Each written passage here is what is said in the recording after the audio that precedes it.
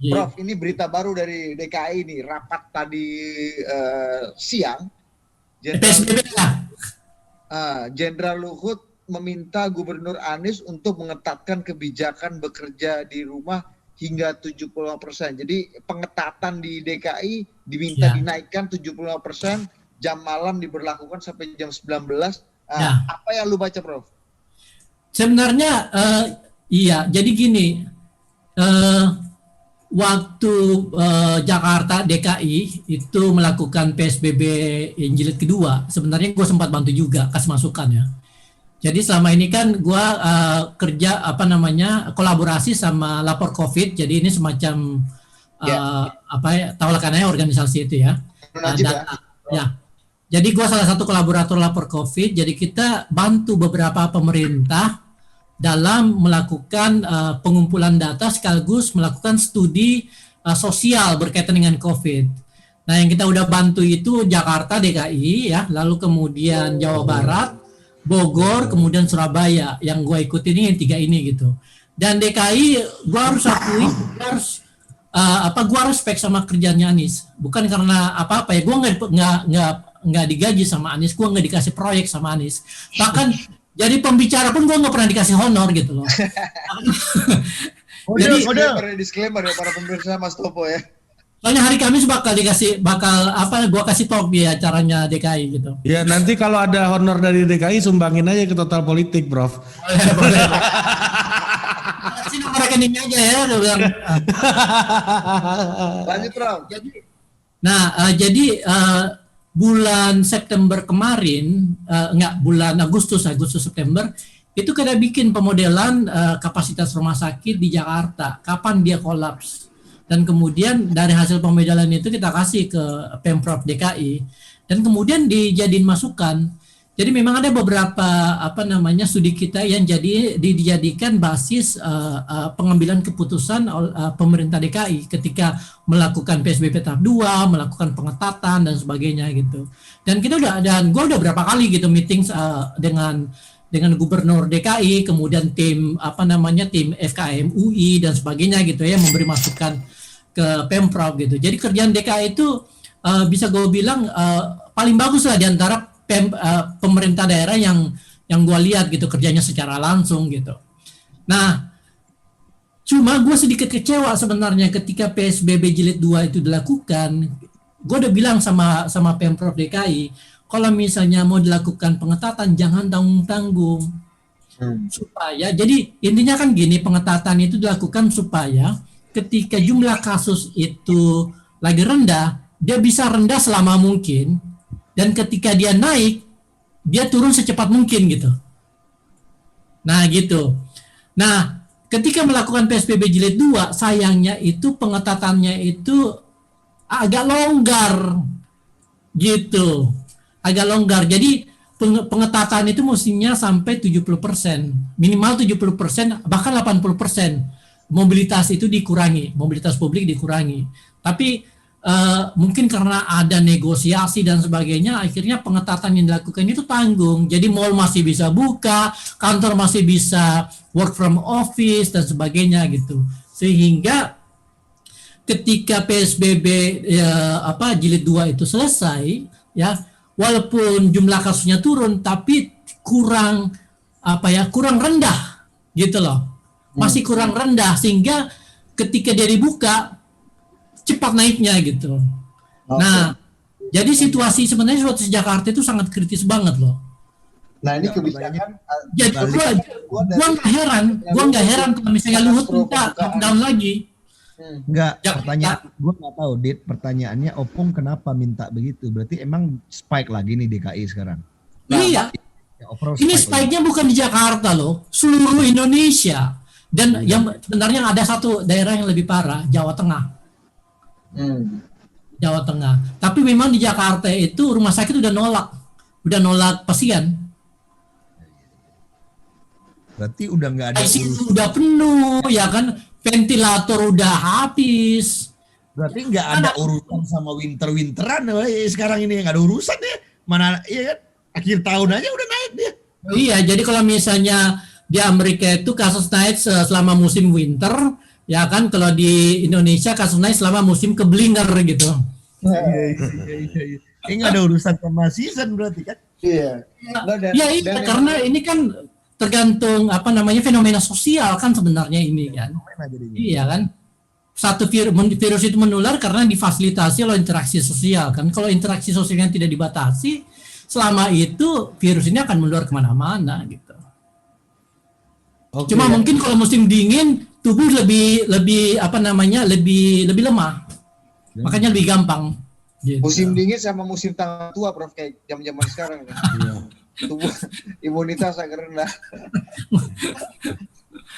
Kalau tanggal gua perawatan bro, awet muda dia perawatan. Nah, saya nggak tahu ini Opung ini meminta Anies. Kalau saya lihat sih data kemarin kapasitas rumah sakit masih oke sebenarnya di Jakarta ya secara keseluruhan ya. Tapi Kita lihat Prof, ini menurutku salah satu statementnya Jenderal Luhut yang agak progresif terkait dengan PSBB dan pengetatan ini ya. Betul. Karena dia minta 75%. Dia minta semua mall apa segala macam aktivitas jam 19 harus tutup. Maksudku ini kayaknya paling progresif pernyataannya Jenderal Luhut dibanding musim-musim atau bulan-bulan sebelumnya ketika orang minta lockdown dan beliau minta relaksasi ekonomi menjadi necessity gitu. Jadi Nah, apakah ini ada kaitannya juga dengan yang kemarin apa namanya kerumunan kemarin yang gila-gilaan di DKI, yang mana dulunya Pak Anies ini begitu dicintai oleh aktivis pro lockdown dan nakes gitu kan, gara-gara kerumunan kemarin juga apa popularitasnya kerumunan FPI. iya itu kerumunannya Habib. Suruh Miftah aja, kalau lu takut suruh Miftah yang ngomong. Nggak takut bos, siapa yang takut, kita menjaga perasaan aja. Yang jadi pertanyaan gua itu apakah Rizik Syihab itu kemarin kena COVID atau enggak gitu. Nah, dia tuh. Kalau kena COVID kok cepet banget recovernya, karena dia tampil ke publiknya nggak sampai seminggu tuh tampil lagi. Beda Bisa bos, ya, beda. ya. Mungkin dia punya, mungkin udah ada pakai vaksin kali, vaksin Allah gitu.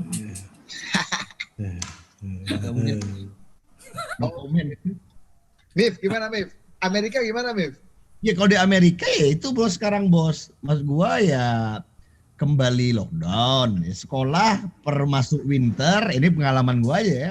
Kan 2 bulan Oktober, jadi September, Oktober, November, September, Oktober tuh udah masuk sekolah. Kelas 1, kelas 2, TK kelas 1, kelas 2 gitu. Udah ada yang dibuka gitu, tapi hybrid. Tapi begitu masuk November, udah dari rumah lagi. Ya terus ada periode di mana kita sudah bisa dine in gitu. Tapi sudah 1,5 bulan dine in nggak bisa lagi, cuman take away.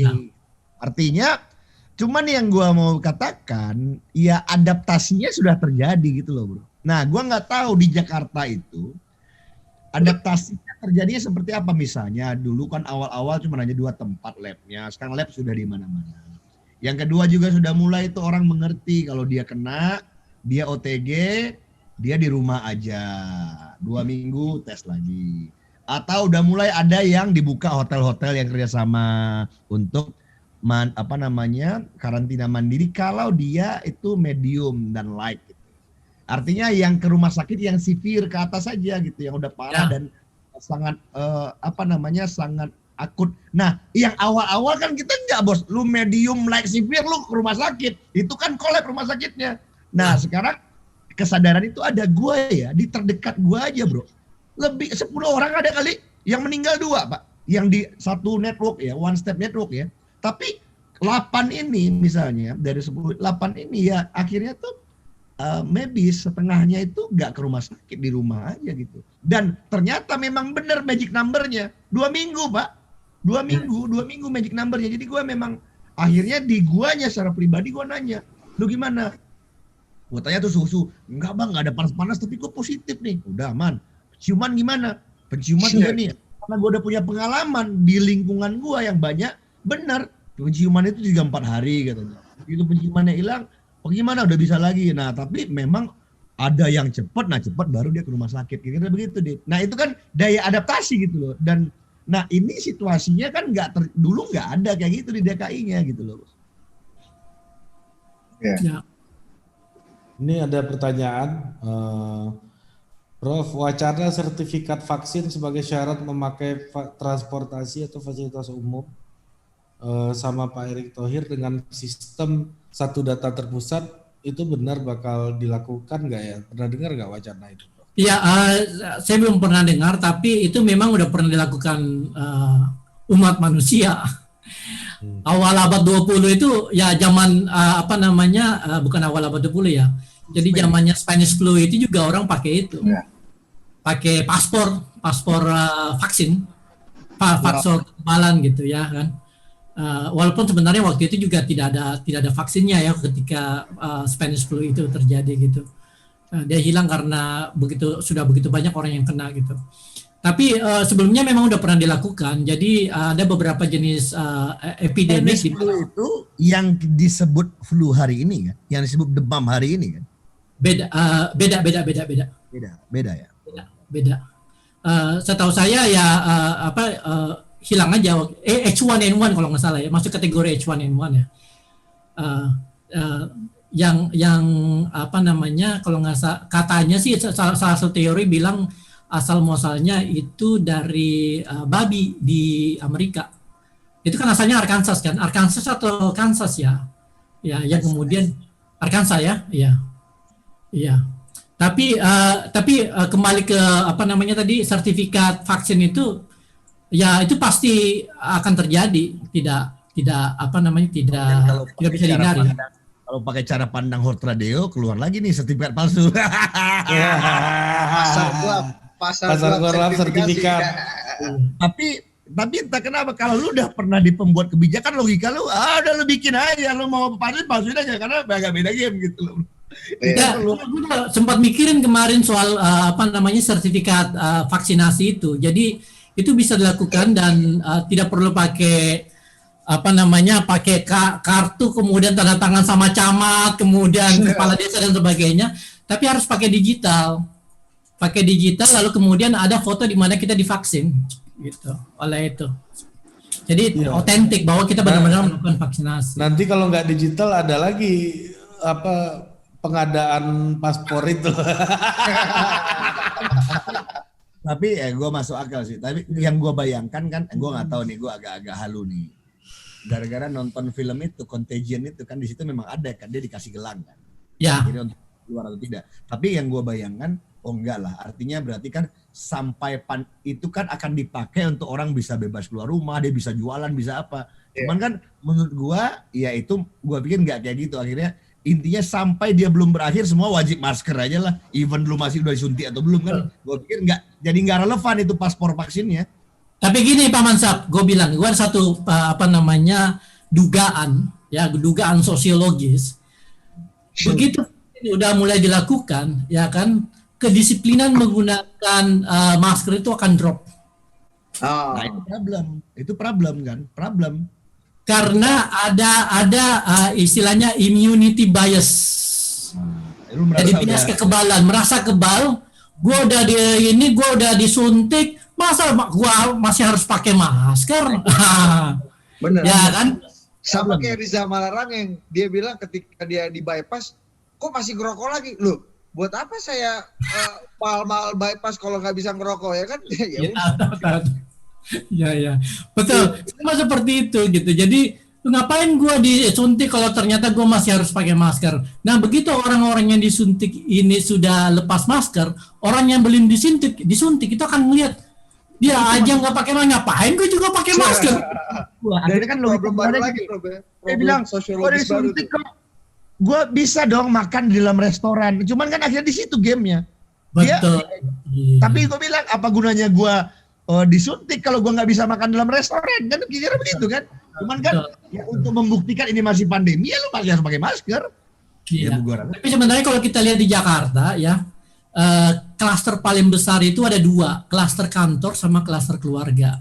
Dan ini menunjukkan bahwa penularan itu terjadi di ruang privat ketika lo ketemu sama orang yang lo kenal dan percaya bahwa dia itu bebas COVID. Nah, sama lagi. Ini menarik. Gue nih ya, gue sampai bikin data sendiri bro. Jadi di orang yang one step network gua 85% suami istri, bro. Artinya, gue sampai bercanda. Oh, berarti keluarga kalian lagi akur-akur saja. Karena masih tidur siang, Mbak. Artinya, bro, memang gamenya ya nggak, kalau orang udah kena COVID, dia tidur sama bininya, ya pasti kena. Nah, artinya kan, ya seperti itu ya. Kalau suaminya kena, istrinya enggak, berarti ada dugaan nih keluarga nggak bener ya. Itu bener. Dan itu gue nggak tahu. Gue jok tadi. Iya, kalau suami kena, Untuk istri nggak kena, pribadi. tapi pembantu kena. Nah, Ini lebih liar lagi nih. Gue pribadi jok ke kawan-kawan yang kena. Langsung gua tanya, gimana bini lu? Bini gue juga kena. Gimana bini? Gue alhamdulillah baru 100% dari yang kena positif di One Step Network itu laki bini kena. Nah, artinya kan gue jadi sampel. Nah, terafirmasi dari data Prof kan, iya kan? Gitu. Iya, iya. Atau kayak Ari, Pak. Ari karena udah bergaul sama Profesor Zulfikar Amir, begitu dia ketahuan positif, dia nggak tidur lagi sama bininya.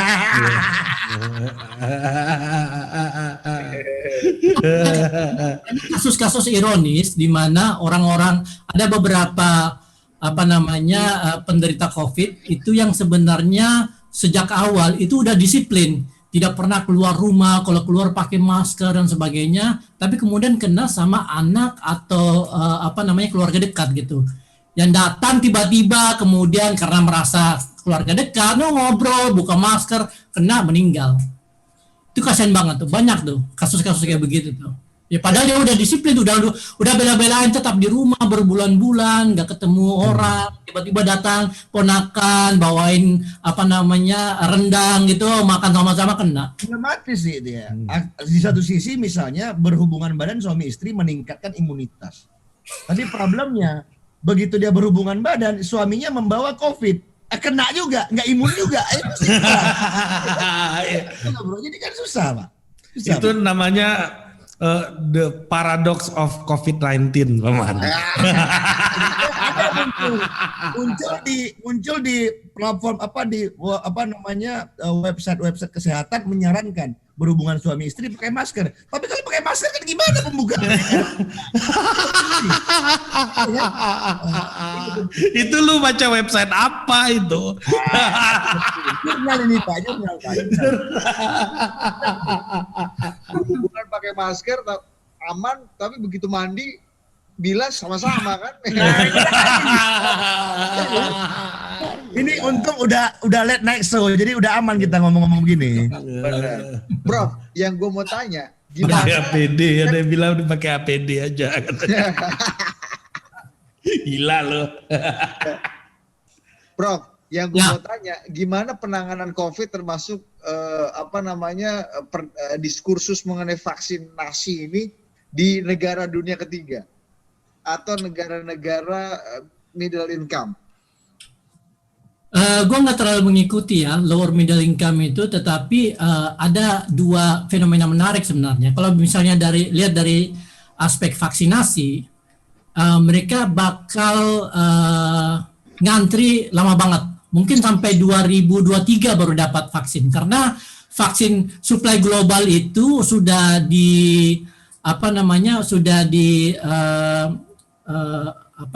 Ijon. udah diijon sama negara-negara kaya kan, Amerika, Inggris, Jerman, Swedia, Jepang dan sebagainya gitu. Jadi negara-negara miskin ini lower middle income bakal dapat paling cepat 2023. Tetapi ada beberapa negara-negara miskin yang sebenarnya udah bebas COVID. Hah? Serius bro? Udah bebas COVID.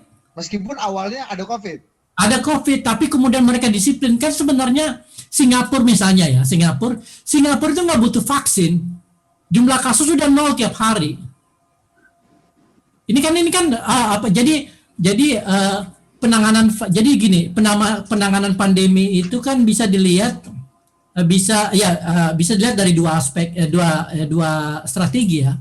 Pertama strategi pharmaceutical intervention, ya kan, pakai obat dan pakai vaksin.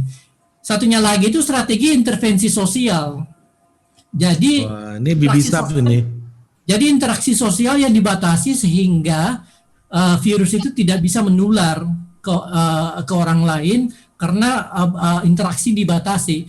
Itu yang terjadi di Selandia Baru. Selandia Baru udah bersih, ya kan, tanpa vaksin tuh. Vietnam udah bersih tanpa vaksin, ya kan. Yang ini negara miskin ini apa negara miskin ini nih? Rwanda misalnya.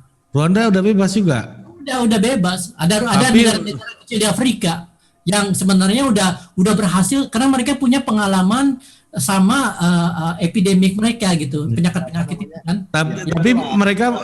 Tapi kelaparan masih banyak dong di sana. Ada beberapa negara. Rwanda lebih bagus, udah bagus negara. Jangan vaksin malas masuk karena lapar, bos, ya kan, asam lambung lebih kuat.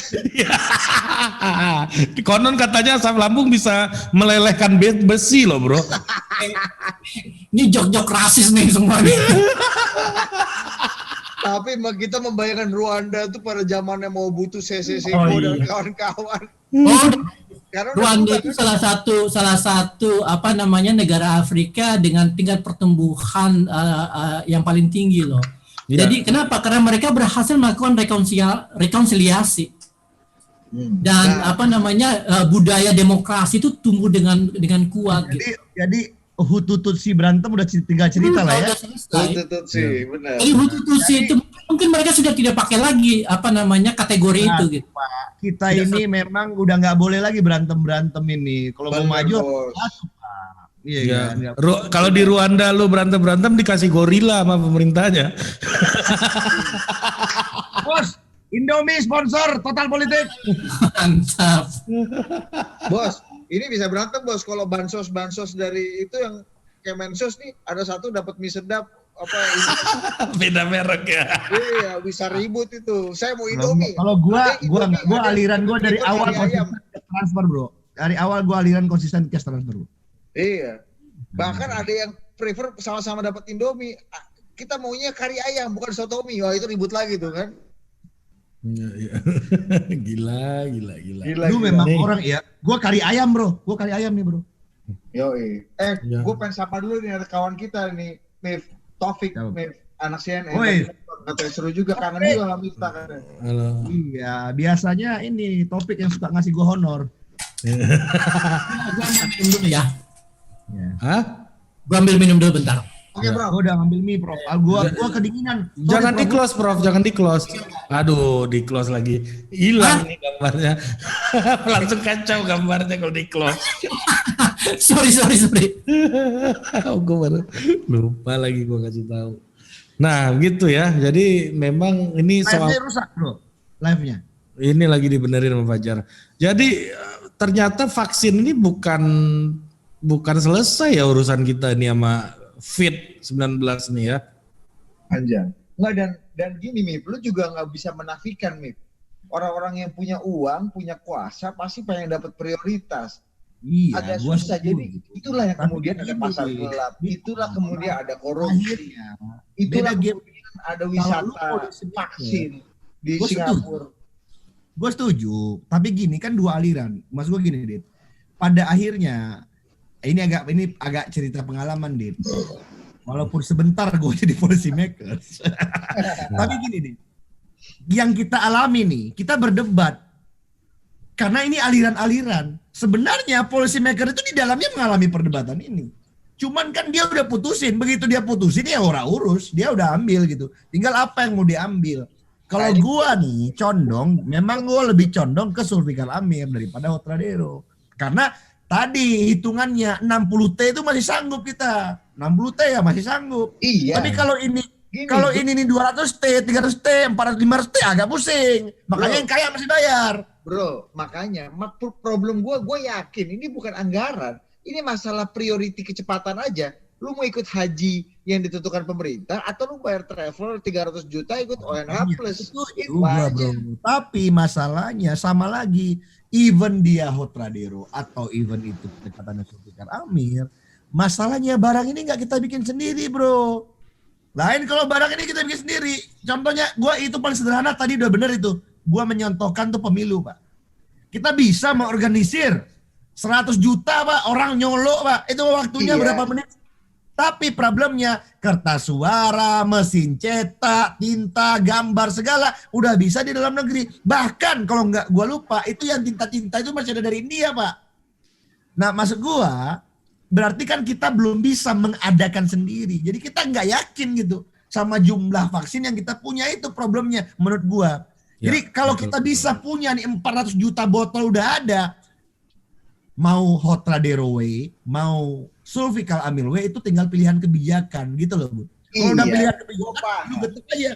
Problemnya 1 juta doang yang punya, itu pun kita ngimpor. Ya apa man, mie-nya dulu, jangan nanti marah-marah lo keselak lo makan. Bro, di sini udah ada inovasi bro, mie pakai nasi, Indomie ngeluarin tuh pop mie.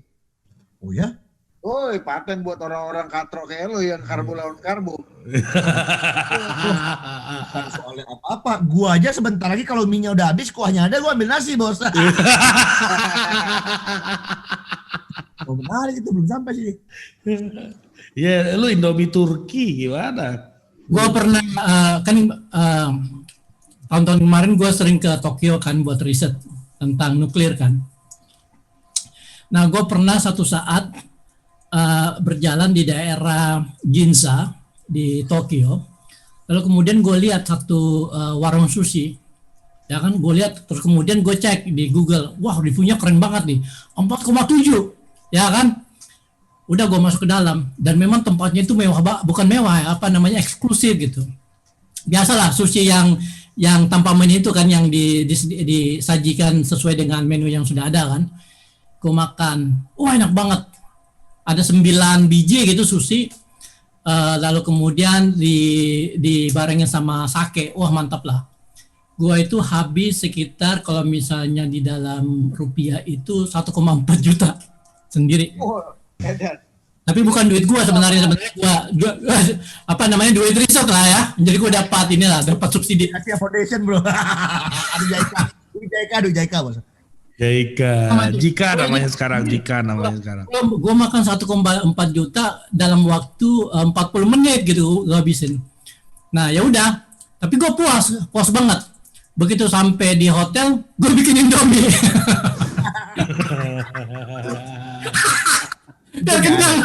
Biar kenyang. Tapi kepuasan karena selera sushi yang enak belum menggantikan kepuasan karena Indomie yang bikin kenyang.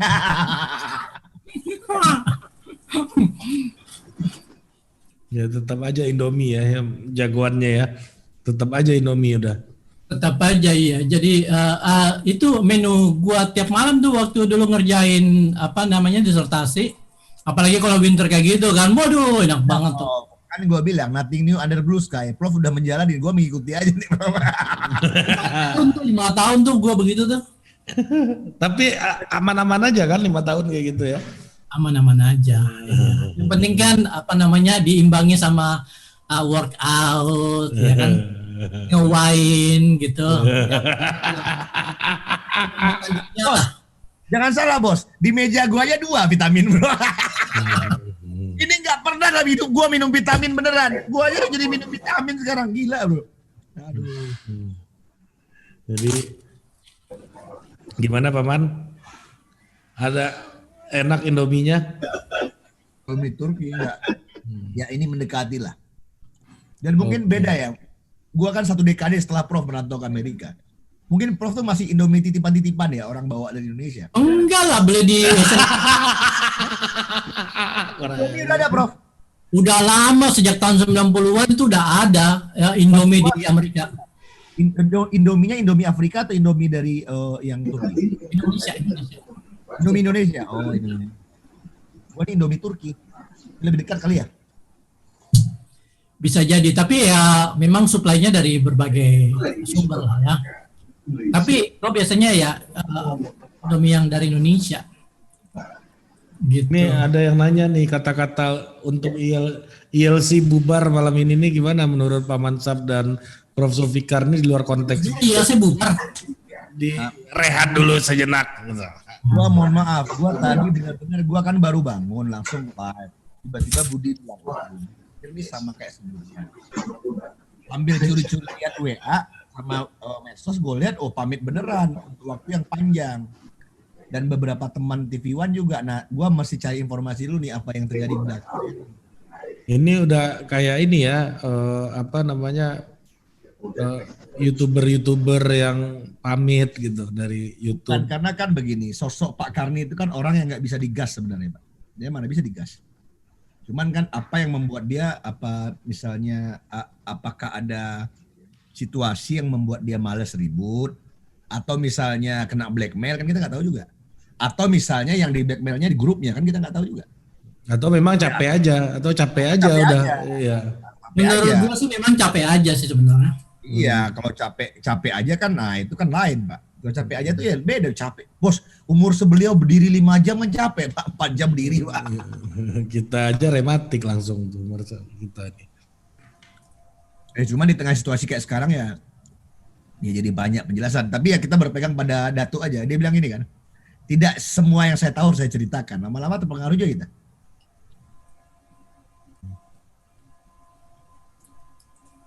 Ya, Gimana nih? Nih, gue lagi baca nih. Netizen banyak pertanyaan tuh. Nah, iya. Aduh, tunggu dulu, gue lagi bacain nih. Nah, endgame politik pandemi di fase.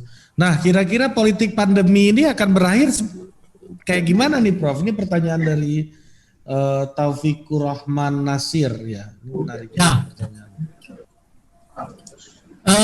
Pandemi ini tidak akan hilang secara global dalam waktu dekat, tetapi dia akan mungkin bersih di beberapa tempat, di beberapa negara yang melakukan vaksinasi secara intensif gitu.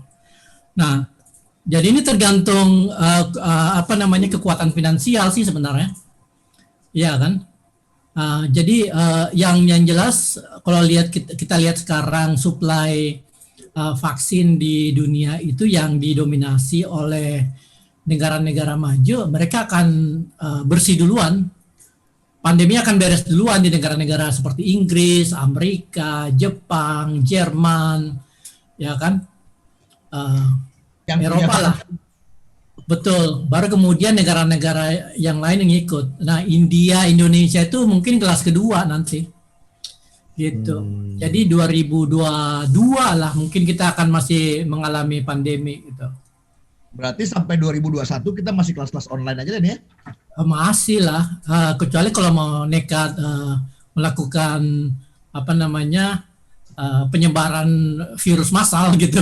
Maksud gua masih aman lah, gua beri setahun ke depan masih gua kelas online aja berarti. Oh iya, masih. Enak bos, kelas online ini bos, kita nggak keluar rumah, Pak. Tapi Iya, kalau Singapura sih udah mungkin by Mei ya, Mei 2021 udah bersih. Udah in person kelas, udah masuk ke kelas tuh. Oh sebenarnya sekarang udah mulai kita dari semester ini udah. Oh, udah masuk kelas, udah enak, Prof. Di Amerika enggak, Prof. Kita masih dari rumah. Jumlah kasus nol hampir tiap hari. Oh, berarti udah ini ya, tapi ke kampus udah in person, student. Udah, jadi kuliah itu in person kalau jumlahnya di bawah 50. Oh, seru juga. Duduknya udah nggak dijarang-jarangin? Masih sih disuruh ini dijarak-jarakin gitu, just in case ya. Nah, semester depan Januari ini setiap mahasiswa NTU itu harus dites setiap minggu. Ini sistem surveillance mereka gitu. Walaupun sebenarnya bisa dibilang ya Singapura udah menang dalam perang melawan pandemi ya. Gitu. Tapi ya tentu masih ada lah. Maksudnya virusnya belum bersih sama sekali karena masih ada mungkin kasus-kasus OTG yang tidak terdeteksi sehingga muncul 1-2 gitu dalam 2-3 minggu sekali gitu. Ya, tapi lagi-lagi kita tidak bisa lah menyamakan kita dengan Singapura ya, Indonesia. Oh nggak bisa. Bisa. Tapi bukan berarti kemudian cara berpikirnya tidak bisa dicontoh gitu kan. Gua setuju kalau itu. Modap. Didit mana Didit? Dit lu malam-malam ngilang ini gue curiga, Dit. Nih Prof Zulfikar kan suka ngemil kalau lagi video. Itu ada beberapa kali ada yang nanya tuh cemilannya Prof Zulfikar itu apa? Kata. Malah dijawab lagi sama doi. Bukan ini kan, bukan kerupuk jange babi itu kan, bukan. Gue pernah hampir salah makan, Prof. Kan begitu pertama sini kan agak excited tuh di Walmart. Wah, ada kerupuk jange, gue beli, rupanya babi, kulit babi. Rupa jange. Gue pernah ya, sama tuh pertama-tama gue di Amerika ngeliat kan bacon kan, gue nggak tahu kalau bacon tuh babi, gue makan enak banget ya. Pertama kali tuh, enak banget ya. Bacon. Bacon. Kita taunya pig aja kan, ternyata bacon. Kan bukan pork kan bacon. Enak ya crunchy gini. Oke, mana Didit nih? Ada lagi pertanyaan dari Mas Topo? Kalau enggak gue tutup nih. Ya, Mas Topo. Udah 12:30 di Singapura nih, kasihan juga Prof Sul nih. Tapi kita bener-bener rapat nih, Mas. Gua 1 jam sebelum, Singapura 1 jam sudah. Walaupun gua 1 jam sebelum di hari sebelumnya. Ya, kita udah dari Singapura, Illinois. Budi ini di mana nih? Ini lagi di apartemennya apa lagi di rumah emaknya nih? Nah, pokoknya Jakarta, gue di Tangerang Selatan nih, 4 kota yang berbeda. Kita live di sini dan kita berdiskusi soal vaksin dan Berarti kesimpulannya adalah ini vaksin pun bukan the end of history ini. Ya, vaksin betul. pun belum menyelesaikan problem. belum. Ini ada nanya nih, Paman, kabar pre-order buku Bibi Sab gimana katanya? Oh, sudah. Oh, lupa gua. Jadi tadi malam akhirnya sudah terpenuhi semuanya, nanti akan dikontak. Jadi yang sudah mendaftar akan dikontak untuk proses pembayaran. Nah, Dan minggu depan kita akan live mengulas buku Bibi Sab soal psikologi politik di Total Politik. Ya, bersama trio tengah malam. Dengan adanya Didi dan Ari, maka insya Allah pertengkaran rumah tangga tidak terjadi. Tapi kalau gua mau bedah buku bini gua berantem udah itu. Ini yang nonton berapa banyak sih, Rik? Ini sekarang tadi sempat sampai 160, ini lagi turun jadi 127. 127.000 ya? 107 orang. Ribu kalah Front TV sama kita. Oke, kita udah ini prediksi Paman dan Prof siapa menteri yang bakal kena reshuffle. Ini di luar isu kita ini. Nanti kita gosip-gosip politik boleh lah di kesempatan yang lain ya. Ya, kalau gosip politik itu mesti Zoom tertutup. Jangan open. Paman punya stok banyak. Aduh, ya. Nanti kita adakanlah webinar untuk Zoom tertutup. Gua kan di jaringan terbatas gua termasuk merekomendasikan nih Profesor Zulfikar Amir ini sebagai Menristek. Jawaban orang sederhana, partainya apa ini ya? Pusing kagak ada.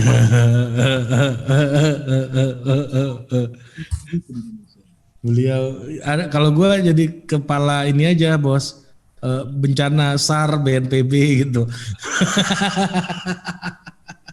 Wah, Didit hilangnya lama bro. Iya, kita tutup dulu aja ya diskusinya. Nunggu Didit hilang nih. Ada Paman, ada tambahan lagi. Gimana dulu lah Prof, gimana Prof? Ya kalau gue sih ngelihatnya ini pertarungan masih jauh ini, vaksin-vaksin ini. Ya, jadi masih panjang perjalanan Indonesia ya.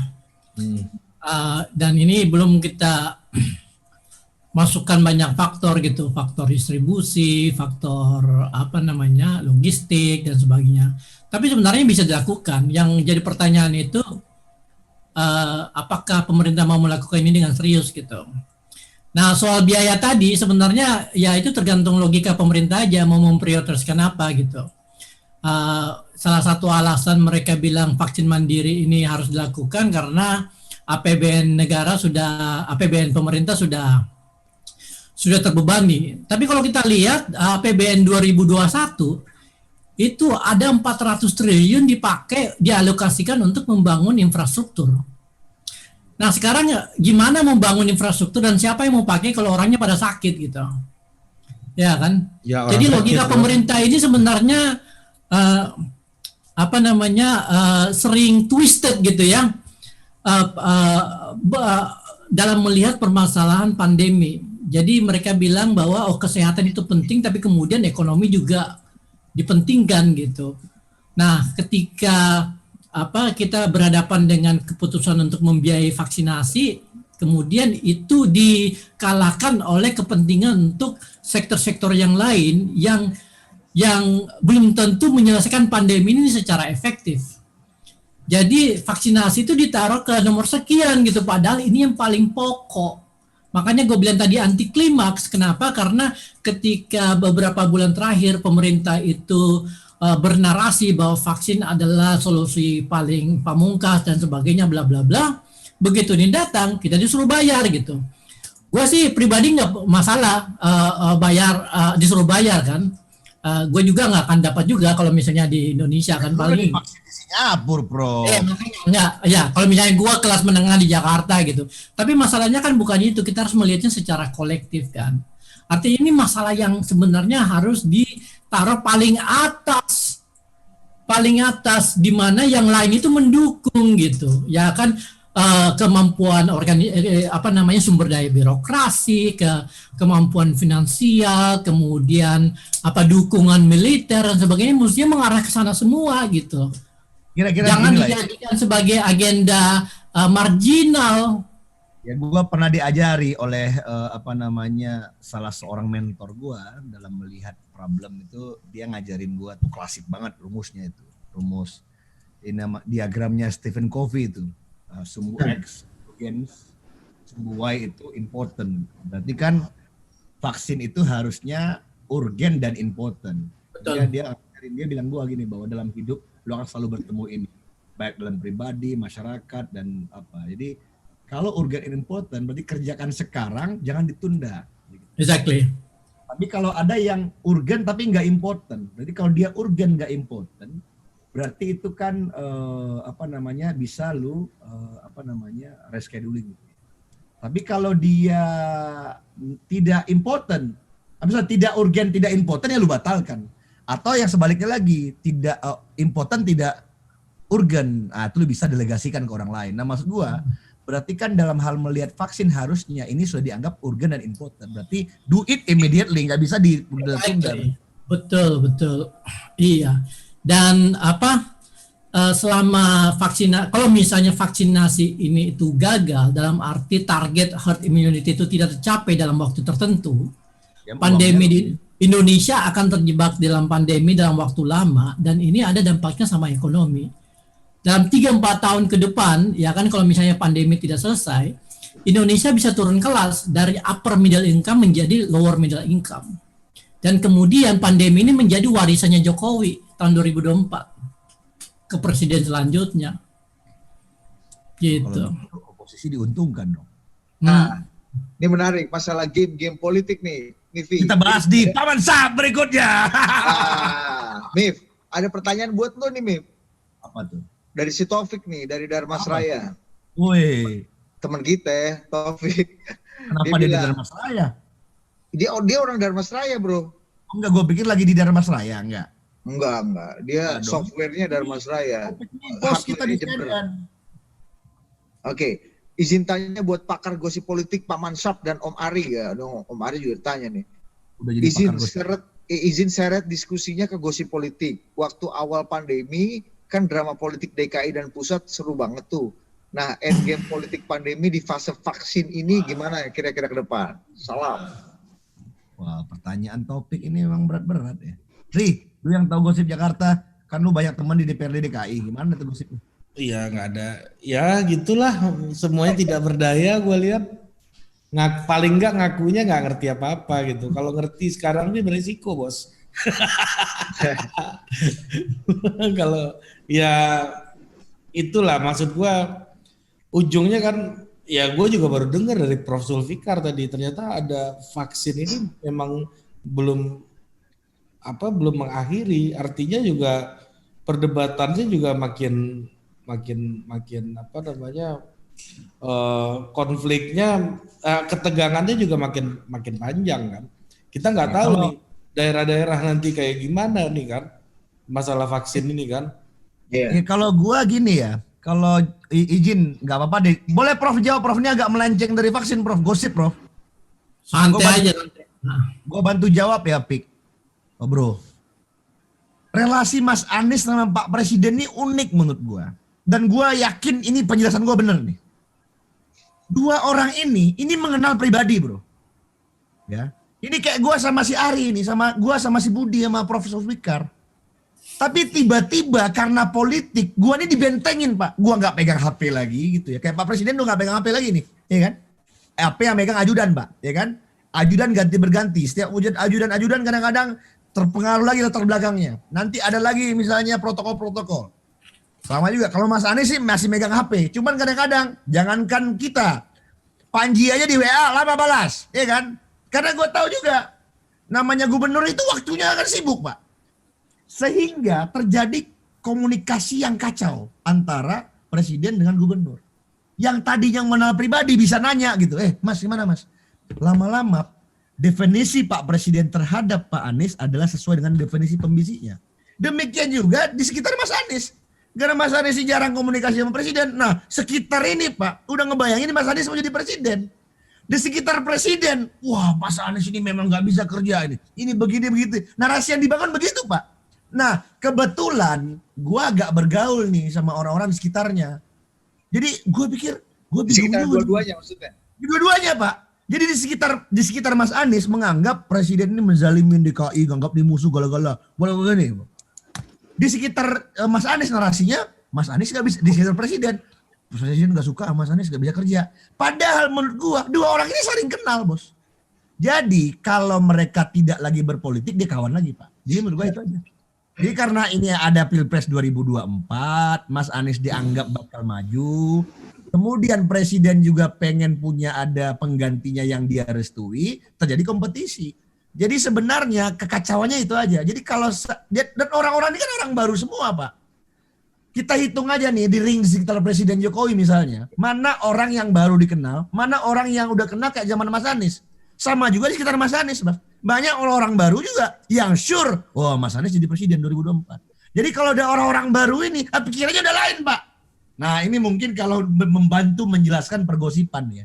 Akhirnya kompetisi antara Merdeka Utara dengan Merdeka Selatan itu tergantung. Kalau tiba-tiba di ujung, Pak, langkah kuda presiden, calonnya presiden adalah Mas Anies, enggak jadi berantem, Pak, teman. Nah, itu problemnya. Itu sebelum terlalu detail, itu sebaiknya kita bahas di Zoom meeting. Ini terlalu detail. Oke, siap. Ya, harus diakhiri dulu nih malam ini nih. Diakhiri dulu. Teaser. Ya. Oke, terima kasih masyarakat Total Politik. Terima kasih. Prof Sulfikar itu bisa juga tuh yang Zubinar tutup. Dia banyak juga kawan-kawannya tuh di istana tuh. Terima dia kasih. Kan kayaknya agak kritik-kritik presiden. Kawannya sekitar presiden banyak tuh. Iya, kawannya semua. Orang-orang di sekitar Jokowi itu usual suspects lah. Kita tahu lah.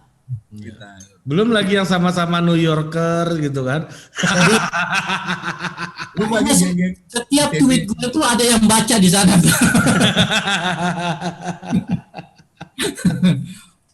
Paling nggak dipantau ya Prof ya. Iya. Oke, kita akhiri dulu malam ini dan closing statement belum, Bro? Dari Prof iya. dong. Boleh. Ada nggak Prof? Kebijaksanaan. Ya, hikmah dan kebijaksanaannya soal vaksin ini apa nih? Kira-kira apakah kita akan memilih Hotraderos Way atau Sulfikar Ways? Iya. Pilihannya cuma dua, ya. Hotradero atau Sulfikar? Pilihannya cuma dua. Kok kasihan banget gue ya.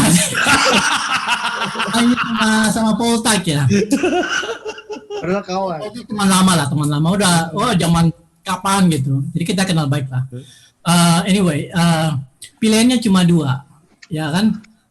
Menggratiskan vaksin untuk semua orang Indonesia atau terjebak dalam pandemi bertahun-tahun gitu. Itu aja sebenarnya. Jadi mau pilih mana gitu. Nah, kalau misalnya pakai logika ekonomi, ya kan, bahwa ujung-ujungnya ini adalah supaya ekonomi kita bisa pulih secepat mungkin, ya harus lewat jalur vaksin gratis. Ya kan? Tapi kalau misalnya mikirnya APBN, kemudian harus bayar ini, bayar itu, lagi kemudian biaya vaksin disunat, ya udah tersiok-siok lah Indonesia sampai 2024. Nah, kalau misalnya Pak Jokowi mau mewariskan itu, ya monggo. Mewariskan COVID ke presiden berikutnya silakan aja gitu. Tapi kalau misalnya dia mau mewarisi sebuah kondisi ekonomi yang udah normal, udah stabil, masyarakat udah sehat, ya dia harus ambil yang jalur kiri ini gitu, vaksin gratis gitu. Oke.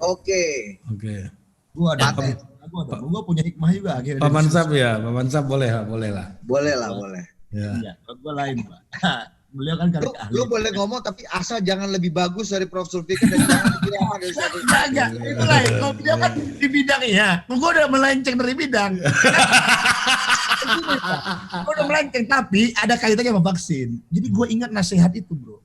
Dan gua kayaknya kemarin gua udah bahas sama Ari. Jadi kita pikir, bos, itu apa tuh nasihat yang bilang gini, Pak.